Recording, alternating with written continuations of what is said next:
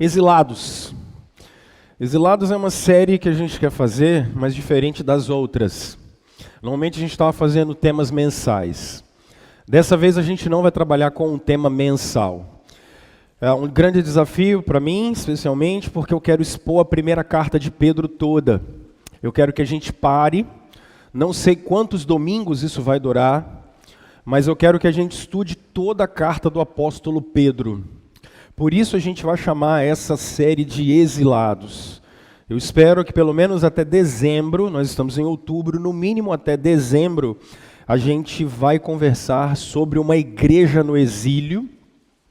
Exílio significa você não estar na sua terra, você ser levado para uma outra terra. Então eu peço que você abra a sua Bíblia em 1 de Pedro, e eu queria que a gente refletisse sobre algumas coisas que fica de background para a gente aqui nessa série, nesse período de estudo nessa carta de Pedro. Eu queria talvez que essa série na nossa comunidade, que ela fosse antes e depois dessa série.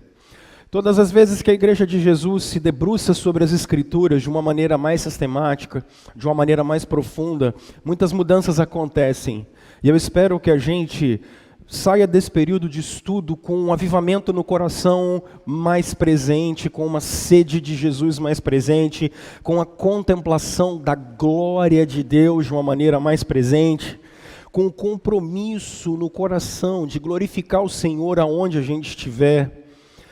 Porque quando vocês olharem, hoje eu vou gastar tempo só com os 2 primeiros versículos com vocês.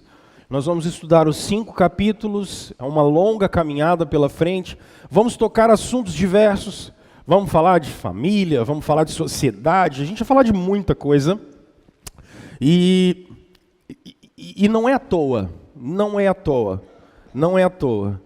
Pedro não escreve essa carta à toa.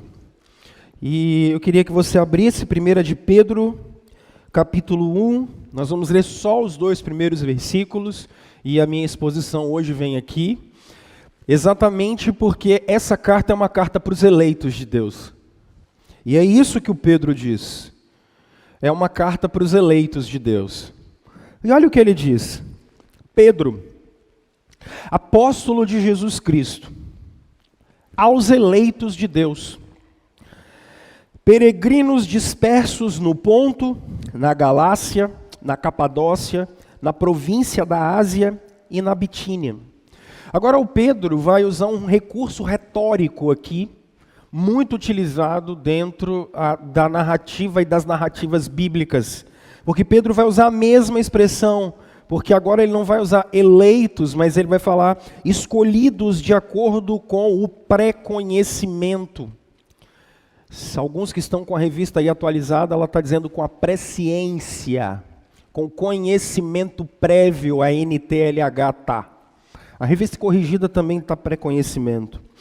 Pré-conhecimento de Deus Pai, pela obra santificadora do Espírito, para a obediência a Jesus Cristo e a aspersão do seu sangue. Alguns ainda falam que trindade é uma coisa que não existe, né? Ela está na cara aqui. A obra do Pai, do Filho e do Espírito.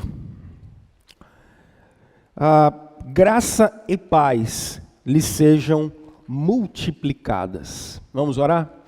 Deus Santo, sua palavra foi lida. O que nós pedimos ao Senhor nesse momento, a iluminação sincera do teu Espírito. Pedimos o seu poder sobre nós, a sua majestade sobre nós. Pedimos o peso de glória do Senhor presente em temor no nosso coração, e que o teu Espírito comunique sua palavra a nós, que ele faça a majestade de Cristo e a majestade do Senhor, meu Pai, conhecida no nosso coração. Que ao nos aproximarmos do texto sagrado, que a gente, com muito temor no coração, louve o Senhor mais e se aprofunde no Senhor mais e tema o Senhor mais e ame o Senhor mais, em nome de Jesus que nós oramos. Amém. Amém. Você está aí com o seu texto aberto? Por que essa série se chama Exilados? Porque se você olhar direitinho, o texto bíblico trabalha a expressão vocês são peregrinos. É o que você observa aí no verso 1, aos eleitos peregrinos dispersos. A palavra grega aqui é diáspora. Vocês foram separados, é uma ideia de alguém que tem uma tenda num lugar. Não sei se vocês já acamparam, por exemplo, você está num acampamento e aí você fala assim, beleza, vamos ficar aqui 5 dias, aí você monta a barraca. Aí depois você fala assim, vamos embora? Então a ideia é essa, levante a barraca e vamos embora. Pedro trabalha a igreja de Jesus como sendo a igreja da diáspora, ou seja, vocês estão prontos nesse exato momento para levantar a barraca e ir embora? Vocês estão prontos para isso? Por quê? Percebam em qual contexto ele está escrevendo. No capítulo 5 ele diz isso. Olha, vira o capítulo 5, verso 13.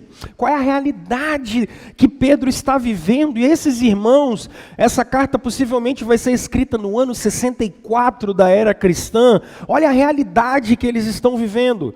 Capítulo 5, olha o que o Pedro diz no verso 13. Aquele que está em Babilônia, também eleita, envia-lhe saudações, e também Marcos, meu filho. Aonde Pedro está? Pedro não está lá na Babilônia, não. Pedro está em Roma. Pedro está preso por Nero. E o Novo Testamento, sempre quando, especialmente João, trabalha o Império Romano, o Império dominado pela imoralidade, um império com muitos deuses, um império que não consegue reconhecer Jesus, um império que tem em César, no imperador, o filho dos deuses. E se você olhar uma moeda, pegar o Google aí, olhar uma moeda romana do 1º século, vai estar escrito nela assim, Júlio César, filho dos deuses. É nesse contexto que a gente está dizendo. Só que esses irmãos estão sofrendo uma perseguição terrível, e possivelmente no ano 62 Paulo fora preso por Nero, em 63 a cabeça de Paulo foi arrancada, em 63 Pedro fora preso, em 64 ele foi martirizado. Então é esse o contexto em que essa carta é escrita, em que a igreja de Jesus está num lugar e num período inóspito. É um lugar em que a fé deles não é levada em conta. É um período de grande perseguição e medo. E Pedro vai escrever essa carta para essa turma. Minha única experiência morando fora da Grande Vitória, e na verdade eu nasci aqui, cresci aqui, mas por 4 anos morei em Minas, e é muito interessante viver numa terra que não é a sua. Porque quando a gente chegou e moramos 4 anos fora, a experiência de uma nova cultura com novas pessoas é muito interessante. Porque quando a gente chegou lá, você vai ao supermercado, por exemplo, ou você vai na quitanda 10 horas da manhã para tentar comprar coentro. Não tem coentro. Porque mineiro não usa coentro. Mineiro não come peixe. E como é que você faz moqueca sem coentro, gente? Não dá para fazer moqueca sem coentro, é impossível. Quando você vê aquele peixe fazendo bloco, o que é que você quer fazer? Já vem logo aquele cheiro, você já pensa no cheiro, né? Não tem? E a maneira de falar, como é curiosa, porque rapidinho você começa a pegar. E em questão de meses, você já está falando trem, você já está falando uaiço, não é? E eu me lembro de um assunto muito legal, conversando com um rapaz, e a gente estava falando sobre festa de aniversário. E vivemos 2 experiências linguísticas incríveis. A primeira, eu tentando falar para ele, como é que é o nome daquele negócio que a gente faz assim no aniversário? E aí pendura, como é que é o nome? Bola de... Só aqui, meu irmão. Fora daqui é balão ou bexiga. E quando eu falo para o cara assim, então, cadê o balão de soprar? Ele, o quê? Balão de soprar, rapaz. Ele, eu não sei o que é isso. Porque a pessoa só sabe o que é isso aqui. Fora daqui é bexiga. Fora daqui é balão. Agora, bola de soprar. E uma outra experiência legal que a gente teve foi quando eu falei com ele que era para ele descascar a bala. Aí, uai, bala tem casca? Aí eu falei, não tem? Aquilo é o quê? Aquilo é o papel, o que tem casca é banana, pô. Bala não tem casca. Mas aonde é que se fala descascar bala?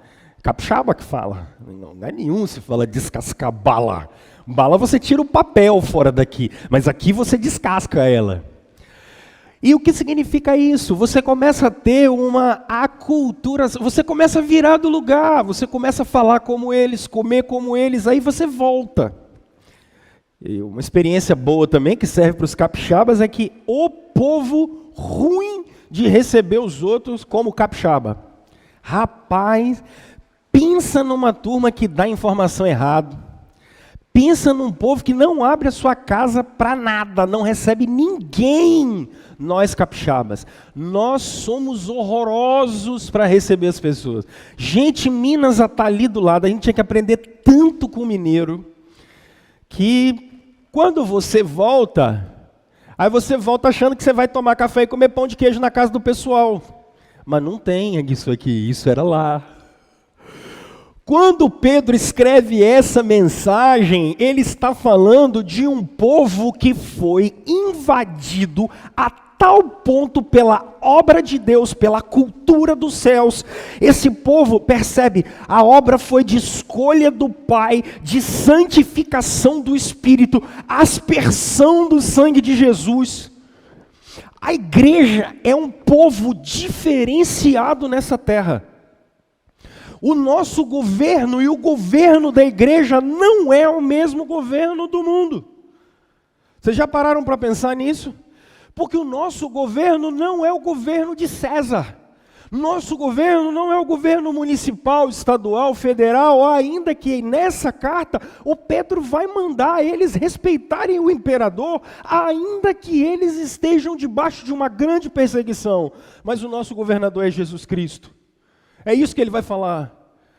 Agora, a embaixada desse reino e desse novo povo, os embaixadores são outras pessoas, gente como eu e você. E a cultura de Deus, é isso que ele vai dizer, independente de vocês estarem numa terra inóspita à nossa fé, e ele vai mandar a gente se misturar com essa cultura, eu vou dizer isso daqui a pouco. Mas Pedro está dizendo, independente disso, a cultura de Deus, as leis do Senhor, os mandamentos do Senhor, são coisas que precisam estar dentro do coração de vocês, independente do que vocês estiverem vivendo e aonde vocês estiverem vivendo. E é isso que ele trabalha aqui. Daí, quando eu olho isso, eu fico pensando, que às vezes para nós, eu nasci na igreja, tenho 36 anos e nasci na igreja, às vezes para nós era quando a gente ia para acampamento de carnaval, e lá a gente ficava 5 dias, separado do mundo e falando, uau, isso é o céu na terra. Pedro está dizendo, não, bons são vocês no meio do mundo. Bons são vocês influenciando a Babilônia. Esse lugar que é um covil de salteadores. Bons são vocês aí, no meio do mundo, mostrando que existe um rei nessa terra. É sobre isso que é essa carta. É sobre isso que a gente quer conversar. Nós não somos desse mundo. A qualquer momento, o Senhor pode tocar a sua trombeta e rasgar os céus, e nós subiremos com Ele, Tessalonicenses vai dizer. Ou a qualquer momento, o Senhor pode virar para mim ou para vocês e dizer, Rômulo, está na hora de levantar acampamento. Está na hora de montar sua barraca no céu. está na hora de sair dessa terra e está na hora de entrar para a glória. Isso é uma realidade que pode acontecer em todos os momentos. Então vamos por partes quando olhamos, e é sobre isso que nós vamos conversar nesses dias. Essa introdução, ela serve para isso. Agora, eu poderia ficar só nessa primeira expressão, olha a sua Bíblia, por favor. Perceba, Pedro, Simão ou Cefas. Qual é o nome que você quer escolher dele? Pode ser qualquer um. E em cada momento da vida, esse cara tem algum tipo de situação, a vida dele é linda. E nós poderíamos ficar aqui discutindo 6 meses só sobre essa palavra, Pedro. Porque é tanta história, a personalidade dele é tão legal. Pedro, apóstolo de Cristo Jesus, a expressão diz. E aí, deixa eu começar explicando isso para vocês. Quem é Pedro? Quem é o autor dessa carta? Uma vez que eu já disse as condições que ele escreve essa carta. Quem é o autor dessa carta? Pedro é um cara de meia idade. Quando ele, Tiago, João e André estão no mar da Galileia e aparece um rabino nazareno dizendo para eles assim: vem e eu vou fazer de vocês pescadores de homens. Todo menino judeu, quando chegava aos 13 anos de idade, ele se tornava discípulo, e o sonho da vida dele era se tornar discípulo de um rabino. Mas por quê? Porque se ele fizesse isso, ele ia crescer conhecendo Moisés e os profetas, conhecendo filosofia, era a universidade da época. Só que quem era pobre não tinha isso, né, cara? Já não tinha vaga na universidade para eles quando eram crianças, lá na Galileia já não tinha isso. E daí é interessante, porque quando Jesus os chama, Jesus está fazendo um chamado que não era comum e não era normal para aquele tipo de pessoa, mas eles vão. E a vida dele muda a partir dali. Ele passa por N problemas, mas Pedro não é educado como Paulo, por exemplo. Pedro não é educado como Paulo. Pedro não está igual o Paulo aos pés de Gamaliel. Pedro não é educado no meio dos grandes rabinos. Há quem diga que essa carta não é dele, porque o grego aqui usado é muito bom. Mas a grande questão, pega o capítulo 5, verso 12, é que quem escreve essa carta, ela é ditada por Pedro, mas quem escreve, percebe. Saudações finais, com a ajuda de Silvano, a quem considero irmão fiel, eu lhes escrevi resumidamente, encorajando-os e testemunhando que esta é a verdadeira graça de Deus. Mantenham-se firmes na graça de Deus. Esse Silvano é o mesmo Silas que anda com Paulo depois da briga que Paulo tem com Barnabé. Barnabé volta para Chipre com João Marcos e Silas vai com Paulo para sua viagem apostólica. Pedro é o autor da carta. E o que eu aprendo aqui? E eu queria que você prestasse muita atenção nisso. Meus irmãos, para dirigir, para fazer parte da igreja de Jesus, para ser discípulo de Cristo e cuidar não só do templo, mas para cuidar de uma instituição chamada igreja, para continuar com a obra chamada igreja, não precisa ter curso de teologia, não precisa ter pós-doutorado em área nenhuma. Pedro não tem isso. Pedro é um cara simples. Era um cara que quando Jesus morreu, o que ele fala? Eu vou voltar para as redes. Eu vou pegar as redes.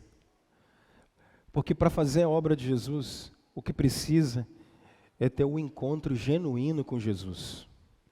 E aí eu tenho que parar aqui. Por que cada geração que vai se passando, nós estamos percebendo, especialmente os mais jovens, eles não querem compromisso com a igreja local. Não querem compromisso com a igreja local. Uma dificuldade, cara. Aí você fala assim, o que está acontecendo? Pessoal, não é falta de tempo. Não é falta de tempo, desculpa. Porque vocês sempre têm tempo para aquilo que você quer fazer. Sempre arruma tempo. E não é falta de capacitação, é isso que a Bíblia está mostrando para nós. Porque até o mais simples de todos nós, o com menos informação, é capaz de abrir aqui e pregar a palavra. É capaz de cuidar de tantas outras coisas. O mais simples de nós é capaz de ser um oficial dentro dessa igreja. Cada um de nós é capaz disso. Agora o que falta? O que falta é senso de pertencimento, senso de responsabilidade, senso de compromisso. E eu vou mostrar isso para vocês e entender que a gente está falando não é de qualquer povo. A gente está falando dos eleitos de Deus. E isso impacta diretamente a nossa vida.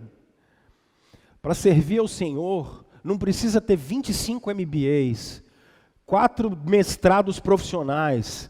Para servir ao Senhor não precisa ser doutorando em nada. Para servir ao Senhor precisa de um encontro com Ele e compromisso. É isso que o apóstolo Pedro está nos dizendo. E aqui, eu falo uma segunda coisa com vocês. Porque eu acho que nossa geração precisa de um pouco mais de compromisso. Um pouco mais de compromisso com o Senhor e com a sua causa. Com o Senhor e com a sua igreja. Com o Senhor e com o Evangelho. Mesmo na nossa simplicidade, nós precisamos colocar isso como foco. E entenda, ele diz, eu sou um discípulo de Jesus. Eu sou um apóstolo de Cristos. Anota isso, por favor. Não existe nenhum apóstolo no século 21. Não existe apóstolo no século 21. Nem nenhum outro século. Apóstolos foram os 12. Acabou. Judas morreu, colocaram Matias no lugar. Tiago foi degolado, Paulo foi levantado. Apóstolos só 12. Um dia desse eu estava numa reunião, entre tantos pastores que tinha aí, eram umas questões com o Ministério Público, por causa dessa pandemia, foi engraçadíssimo, porque antes de eu me apresentar como pastor presbiteriano, uma pessoa pegou e falou bem assim, não, eu queria saudar o apóstolo fulano de tal. Eu falei, rapaz, pesado. Eu falei, pô, nem vou falar quem eu sou, meu irmão, o cara aqui atrás é apóstolo, velho. Eu não vou falar quem eu sou, mas nunca. Estou quieto aqui, me esquece. Eu falei, e você, eu sou pastor ali da igreja de Campo Grande, atrás do Casa Grande, sabe onde é? Não, claro que não, ninguém conhece isso aqui. Mas não tem, gente. Apó. Número 1. Quantas tribos existiam no Antigo Testamento? 12. Quantos apóstolos estão no Novo Testamento? Quantos anciãos estão em volta do trono de Deus na Nova Jerusalém, no novo céu e na nova terra? 24. A igreja do Antigo Testamento, 1 Coríntios capítulo 3. Os apóstolos lançaram um fundamento, a igreja do Antigo Testamento e a igreja do Novo Testamento, 24, todo o povo em volta de Cristo, não há apóstolos do nosso tempo. Aquela era uma função específica desses 12 caras que foram levantados pelo Senhor naquele período, naquele tempo, para formar a igreja que somos nós. E quem somos nós? Quem somos nós? Que segundo o apóstolo Paulo, a partir do verso 10 de 1 Coríntios capítulo 13, fomos edificados, construídos em cima de um fundamento dos apóstolos. Olha sua Bíblia, aos eleitos. O que significa isso? Alguns de vocês que estão se aproximando agora da fé reformada, já começam a tremer, né? Já começa a virar pentecostal e girar. Falam, ele vai falar de Calvino, ele vai falar de Calvino. Não, Calvino nem estava vivo. Esse texto foi escrito 1450 anos antes de Calvino. Calvino nem imaginava, a terra nem sabia quem era Calvino. Por isso é uma bobeira falar que eleição é coisa de calvinista. É coisa bíblica. Vocês acabaram de ler. E o que ele quer dizer com eleição, Rômulo?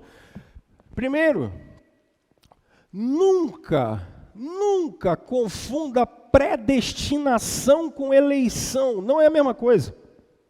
Não é a mesma coisa. Anota. Predestinação é decreto. E quantos decretos o rei, o Criador, deu? Um. Só tem um decreto de Deus. E qual é o decreto? Aí a confissão de fé vai dizer, bom, tudo que acontece é um decreto de Deus. E quando que ele fez isso? Na eternidade. Eu não sei, não tenho a menor ideia. Algum de vocês sabe o que vai acontecer amanhã? Não tenho a menor ideia. Deus sabe. Isso é decreto. E o que é eleição? Eleição está dentro do decreto de Deus. Quando vai falar da formação do seu povo, quando Deus fala do seu povo, Ele fala de eleitos. Aí a gente começa a trabalhar dentro de uma perspectiva interessante. Aí, antes de eu introduzir a explicação, nenhum ramo da cristandade, até 200 anos atrás, questionou a eleição. Dizer que Deus tem o seu povo e que Ele separou o seu povo. Quer ver? Se você for ler Tomás de Aquino, um profícuo teólogo católico, muito bom, ele fala da eleição. Se você for ler Lutero, eleição. Melancton, também luterano, eleição. Se você for ler Calvino, eleição. Se você for ler Armínio, pastor, e Armínio, eleição. Não tem jeito. Não dá para fugir. E se você for ler Molina, do século XVII, um dominicano, embora ele falasse da vontade média, eleição. Porque todos os ramos da cristandade sempre falaram que Deus teve o seu povo. O que sempre os cristãos discutiram foi na forma de Deus eleger. Ok, até aí tudo bem. Agora, essa é uma doutrina consagrada. Então, só que de 200 anos para cá, a gente tirou Deus do centro do mundo e botou a gente. Quando a gente faz isso, o que está no centro do mundo no século 21?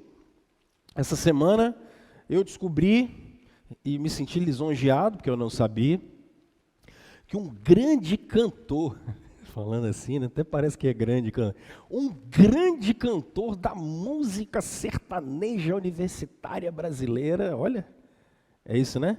Se separou de sua esposa. Isso foi o Fuxico Gospel da semana.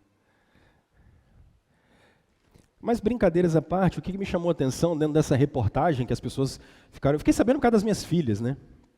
Parece que o rapaz acordou a moça de madrugada e falou, ó, não estamos mais casados, não quero mais ficar com você, não estou mais feliz. Olha que loucura.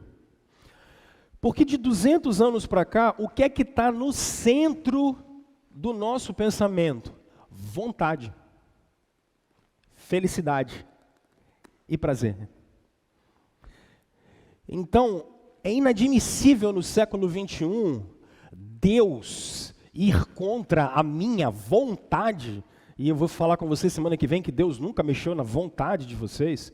Isso é algo recente no fenômeno humano, nunca ninguém se preocupou com vontade. Mas no século 21, o desejo do ser humano é maior do que o desejo de Deus. Então falar que Deus elegeu, não. A gente não aceita. A gente fala que não é justo. Só que a gente é meio bobo, né, ao pensar nisso. O que perdoou os pecados de vocês? Vocês já pararam para pensar nisso? O que perdoou o pecado de vocês, segundo a Escritura, foi o quê? Foi o sangue de Jesus derramado. Não foi isso? A minha pergunta é só a seguinte, porque às vezes a gente fica com aquelas coisas, Deus não é justo, o problema do mal, e olha, por que pessoas morrem, esse Deus não é justo. A minha pergunta é só a seguinte, por que quando Jesus nasceu,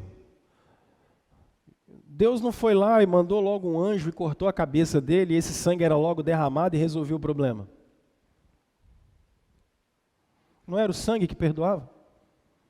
Já poupava 30 anos logo e resolveu o problema. Logo, né? Porque Deus não está preocupado só com a finalidade, Deus também decreta o meio. Você vai para a glória. E Ele não decretou e nem falou só a finalidade que você vai para a glória. O meio também é soberania dEle. O que nós passamos durante a vida também está no controle do Senhor. Isso é interessante. Só que então, Rômulo, quando você fala, e quando a Bíblia fala de eleição, nessa terra doida que a gente vive, o que ela está falando? Primeiro, gente, isso não é Calvino. Olha Deuteronômio capítulo 7, por favor. Melhor, vamos Deuteronômio capítulo 4. Acho que Deuteronômio 4 já começa a ajudar a gente. Deuteronômio capítulo 4, olha o verso 37. Deuteronômio 4, 37. Deuteronômio 4, verso 37. Olha o texto bíblico, o que ele diz. E porque amou os seus antepassados, e escolheu a descendência deles, ele foi em pessoa tirá-los do Egito, com o seu grande poder. Ele já está falando de Israel no Antigo Testamento. Mas olha o capítulo 7, verso 6. Ele diz o seguinte: pois vocês, capítulo 7, só virar uma página, olha o verso 6. Pois vocês são um povo santo para o Senhor, o seu Deus. O Senhor, o seu Deus, os escolheu dentre todos os povos da face da terra para ser o seu povo, o seu tesouro pessoal. O Senhor não se afeiçoou a vocês, nem os escolheu, verso 7 do capítulo 7, por serem mais numerosos do que os outros povos, pois vocês eram o menor de todos os povos, mas foi porque o Senhor os amou. Por que Deus escolheu Israel? Porque Ele amou, porque Ele quis. Quando o texto bíblico remonta a essa palavra eleição, o que o texto bíblico está dizendo? Pelo amor de Deus, há uma história por trás do que Pedro está dizendo. Uma história da qual a igreja lá fazia parte e eu e você também fazemos parte. E qual a história que Pedro está contando? Pedro está dizendo o seguinte: a terra foi criada boa. Gênesis 1 e 2 mostram isso muito claramente para vocês. Só que vocês caíram, nós caímos em pecado. E aí Deus viu o efeito do pecado. E qual era? Caim matou Abel, Lameque faz aquela bagunçaiada no início do Gênesis. Aí quando você pensa que não chega em Gênesis capítulo 6, o que acontece? Dilúvio. Puf. E Deus diz: eu vou começar tudo de novo. Como? Aí ele separa Noé, Sem, Cã, Jafé e suas esposas e fala: vamos começar esse negócio de novo, vamos fazer de novo. E aí o que a raça humana fez de novo? A raça humana cai de novo. E aí quando chega em Gênesis capítulo 9, 10 e 11, o que você tem? Babel. Olha a Babilônia. A Babilônia foi formada. No capítulo 11 de Gênesis, o que está na cabeça de Pedro? A Torre de Babel, a Babilônia. Só que aí você chega em Gênesis capítulo 12 e é engraçado. Aparece um cara, Abraão. Deus apareceu para Abraão e disse: sai da sua terra, sai do meio dos seus parentes. Resumo: você agora é meu filho. Você não é mais filho do seu, você é meu filho. Sai da terra que você ia e eu vou te dar uma terra. E eu vou fazer você fecundo, e de você eu vou fazer uma grande nação, e através de você vai nascer o Salvador, que vai abençoar essa galera toda. Eu vou trazer todo mundo para mim de novo. Isso é eleição. O que Abraão fez para ser escolhido? Qual é o pedigree dele? Nada. E se tornou povo. E a partir dele vocês estão aqui. Porque a partir dele veio o Messias. A partir dele veio o Salvador. Escolha. Vocês foram escolhidos para ser o povo de Deus. E o que vocês fizeram para isso? Nada. Só que daí vem o verso 2, quando ele diz: eleito segundo a presciência de Deus. O pré-conhecimento. Aí os caras falam assim, os nossos irmãos bons arminianos falam assim: ah, que legal, agora ficou fácil. Deus viu que a Juliana ia crer e resolveu o problema. Não dá. Número 1, porque essa palavra conhecimento, Pedro está citando Amós capítulo 3, verso 2, quando ele está falando do relacionamento de Deus com o seu povo. E uma outra coisa muito interessante, Pedro está falando e usando o mesmo verbo que José em relação a Maria. José não conheceu Maria, não se relacionou com Maria. Em panos limpos, somos filhos de Deus por conta da sua soberania, gente. Deus é soberano para com a sua igreja e para com a relação da sua igreja. Deus é soberano. Mas aí, eu tenho algumas aplicações para fazer com vocês, porque isso é interessante. Primeiro, o que isso significa de maneira bem prática na nossa vida? Número 1, vocês têm um dono, gente. Vocês têm um dono. Vocês têm um rei. Pronto. Olha bem para cá para mim agora, por favor. Eu sei que às vezes falar de doutrina é meio pesado, mas segura sua onda porque deixa eu aplicar isso. Olha o que acontece no Brasil hoje em dia. Você começa a educar os seus filhos, bonitinhos, lindinhos, cheirosinhos, muito legais. Estava um dia desse olhando umas fotos das minhas filhas, uma já está com 12, a outra com 10, eu estou lembrando delas com aqueles vestidinhos rodados, correndo aqui, uns anos atrás. Aí quando você começa a pensar que não, vocês já notaram o que acontece quando os meninos e meninas começam a fazer 13, 14, 15 anos? Eles começam a ficar revoltados. Aí você fala assim, de onde esse moleque está com tanta revolta assim? Porque comeu do bom e do melhor, bebeu do bom e do melhor, teve tudo. O que está acontecendo? A gente é criado, desde guri, na escola, por exemplo, os nossos professores, às vezes, coitado, eles nem sabem do que é isso, mas eles aprenderam um tal de um pensamento crítico. Aí ele não sabe o que é não, mas ele manda você criticar tudo e todos. Aí quando você pensa que não, você tem um filho adolescente, aí ele chega e começa a falar assim, ele começa a ficar, ele vira um revoltado sem causa. E hoje o Brasil é um país de revoltados. Nada está bom nunca, todo mundo é inimigo de todo mundo, todo homem branco virou opressor, toda mulher, seja ela qual for, virou oprimida. É um país em que esse danado desse pensamento crítico chegou e, cara, tudo tá ruim o tempo todo, nada tá bom. Nada tá bom. Quando você pensa que não, pum, o que está acontecendo, gente? Porque no nosso tempo, ninguém está aberto a acolher em amor ensinamento, ninguém está aberto para acolher autoridade, ninguém está aberto para acolher limite, ninguém está aberto para isso. Ninguém está aberto no nosso tempo a dizer assim, eu só posso ir até aqui, daqui para lá eu não posso ir mais. Não tem, não temos limites. Não há limite para prazer, não há limite para felicidade, não há, é uma geração de jovens, de adultos com praticamente 40 anos infantilizados, acabam com família, acabam com a vida das pessoas, chega, não tem compromisso com horário, não tem compromisso com ninguém, por quê? Continuemos com o tal do pensamento crítico, sem nem saber o que é isso. Sem nem saber o que essa bobeirada é. Sabe por quê? Porque todo mundo pode correr, mas nem todo mundo pode ser Usain Bolt. Tem coisa que a turma não está preparada para ter e fazer. E sabe o que isso significa?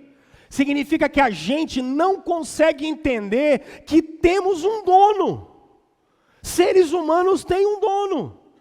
Nós temos um Senhor soberano sobre todas as coisas, que não depende de você, porque a vida não é antes de você e nem depois de você.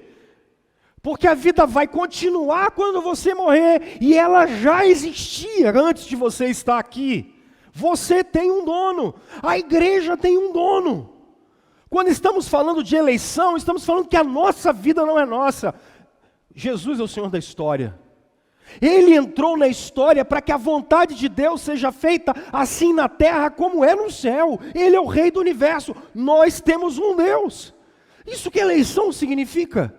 Significa que eu não sou o meu, Ele é o meu dono. E não é só isso, significa então que além de eu ter um rei, eu tenho um Deus que é suficiente no meu lugar, porque eu sou insuficiente. Vocês são insuficientes. Vocês não... Eu já falei isso aqui, mas eu repito. Hoje pela manhã eu estava escolhendo as palavras, eu não coloquei essas, mas eu coloco agora. Vocês não escolheram quando vocês iam nascer. Vocês não escolheram aonde vocês iam nascer. Vocês não escolheram o nome de vocês. Vocês não escolheram os pais de vocês, a família de vocês. Vocês não sabem nem quando vão morrer. Não escolheram a cor da pele, não escolheram o sexo. E se quiser trocar, a biologia vai falar o contrário. Porque a biologia não está nem aí para a sua afeição. Se você acha o que você acha, é problema seu. A biologia não quer saber disso. Vocês são insuficientes, caídos em Adão. Iriam para o inferno a passos largos.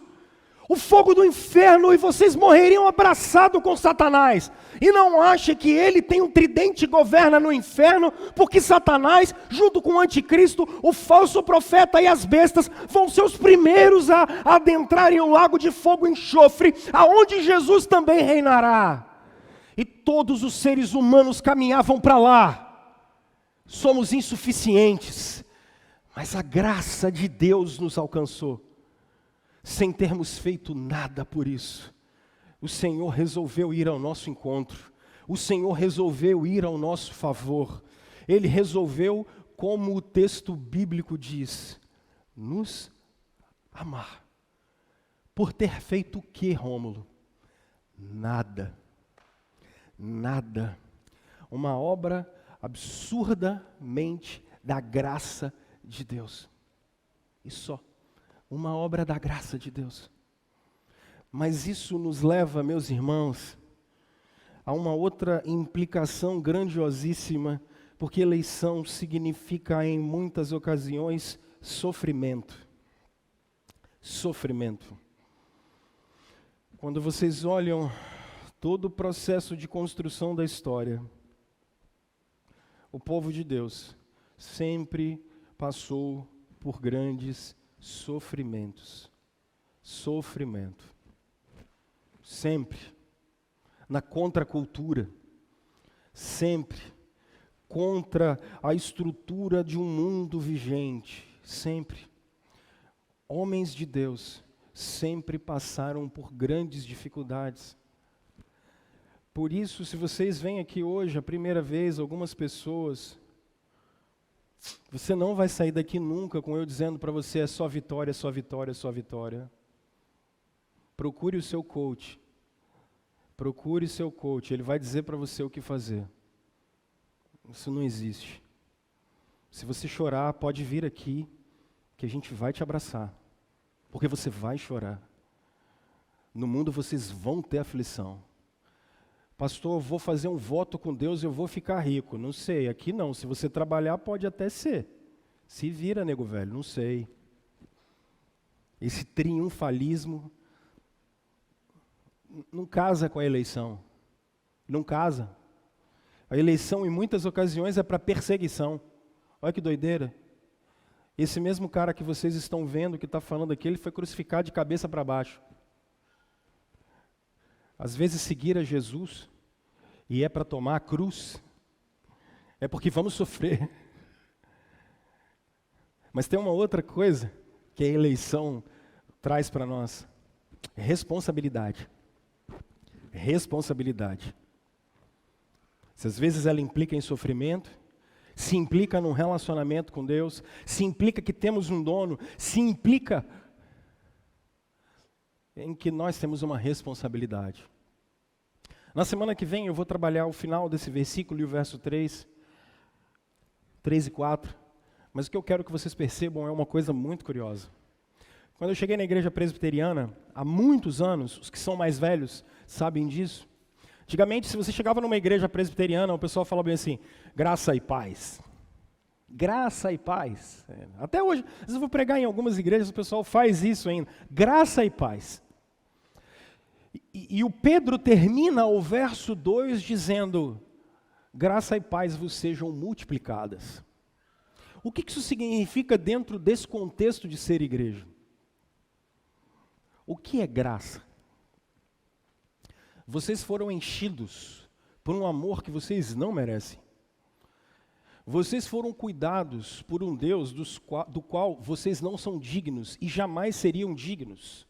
Se não fosse por Jesus ter vindo sem pecado, vocês jamais seriam dignos de se achegar até Ele. João diz que não é digno de desatar as sandálias dos pés de Jesus Cristo. Às vezes a gente não para pensar na santidade de Deus. Nós não somos capazes disso. Esses somos nós, seres humanos. E o que é graça? Graça é o amor de Deus que nos encheu. Graça é mesmo sem merecer, Deus indo nos resgatar, Deus cuidando de vocês em todo momento, falando ao coração de vocês em todo momento, transbordando o coração de vocês de alegria o tempo todo, cuidando de vocês o tempo, salvando vocês, mesmo sem a gente querer. Isso é interessantíssimo, isso é graça. Quando o amor do Senhor nos conduz em todos os momentos, em cada situação, em cada condição, mesmo num vale de lágrimas, o Senhor está ali, mesmo num período de alegria, o Senhor está ali. Isso é graça, dando essa certeza da salvação, dando essa certeza da vida eterna, dando a certeza de que viveremos com Ele. Isso é graça, viveremos com Ele para sempre. A certeza do retorno de Jesus, a alegria que temos quando nos reunimos para cantar e sabemos da presença de Deus, isso é graça. É graça podermos ter família, é graça podermos ter casa, é graça podermos ter emprego, é graça comum, esse mundo ainda ter ordem, é graça. E isso tinha um cara na Idade Média chamado Bernardo de Claraval, e o Bernardo dizia isso: graça é algo que transborda, mas enche tanto que transborda.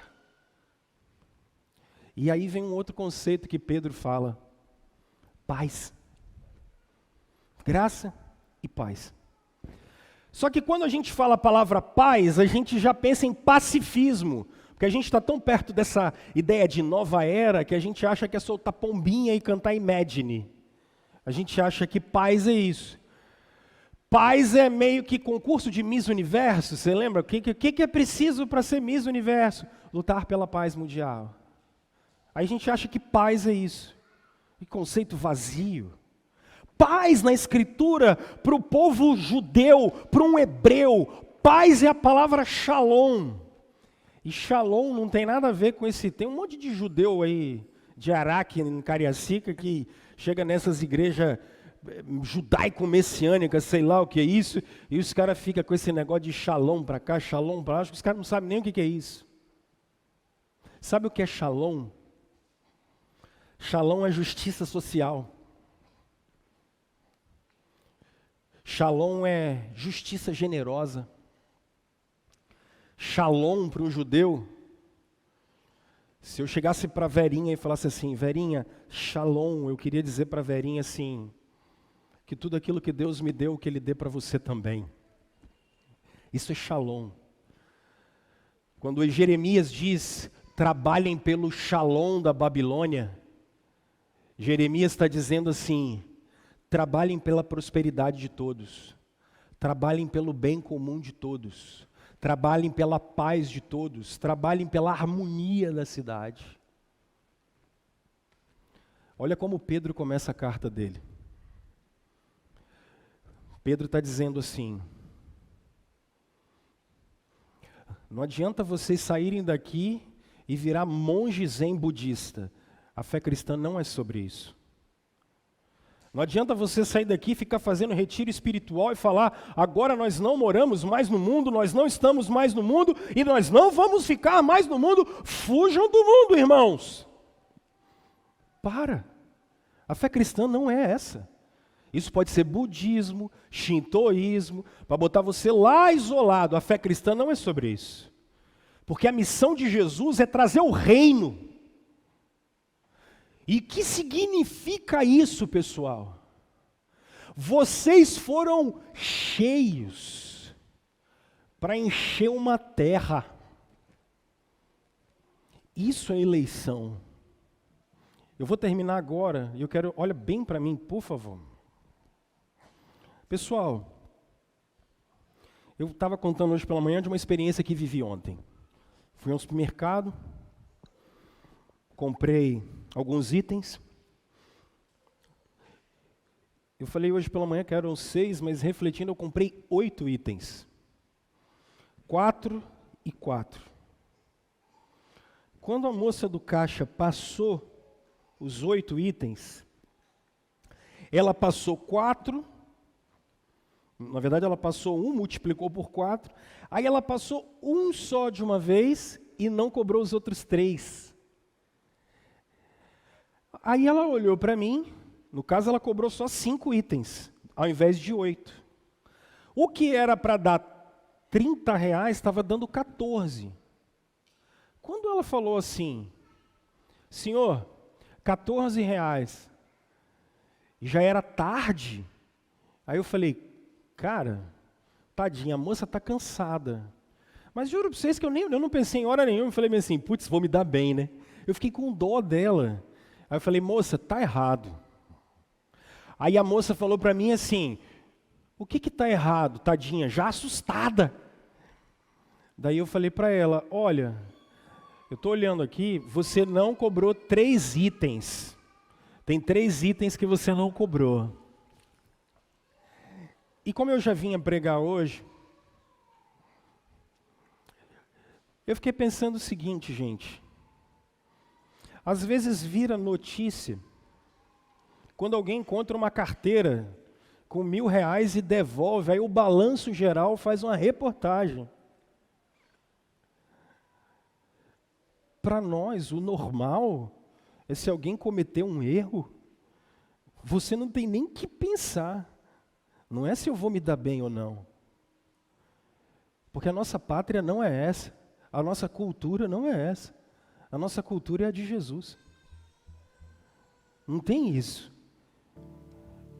Eu acho engraçado que eu já ouvi várias vezes o cara pegar e falar bem assim, eu fui na igreja e aconteceu um milagre, eu estava devendo 1 milhão, voltei para casa, tirei o extrato e a dívida foi zerada. E quem é que pagou isso?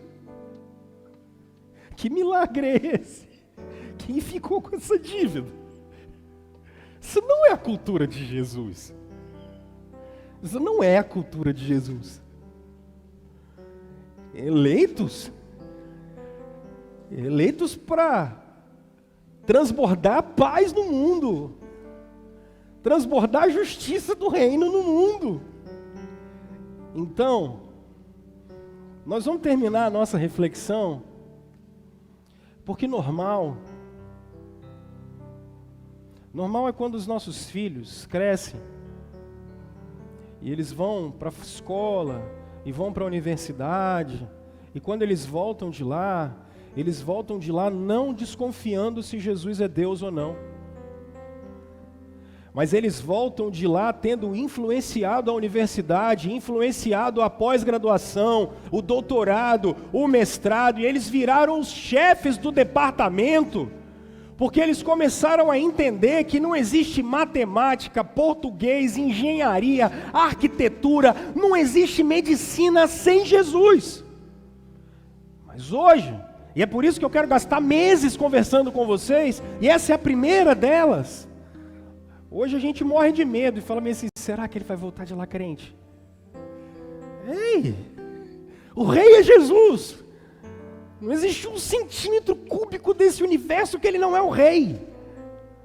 O que se espera é que a criação dos nossos filhos seja uma criação funcional, em que se os meninos do lado de fora, se eles são diferentes, a cultura dos eleitos de Deus é diferente. Ela é diferente. O que se espera dos casamentos da gente, o que se espera dos nossos casamentos é que eles reflitam a glória de Deus.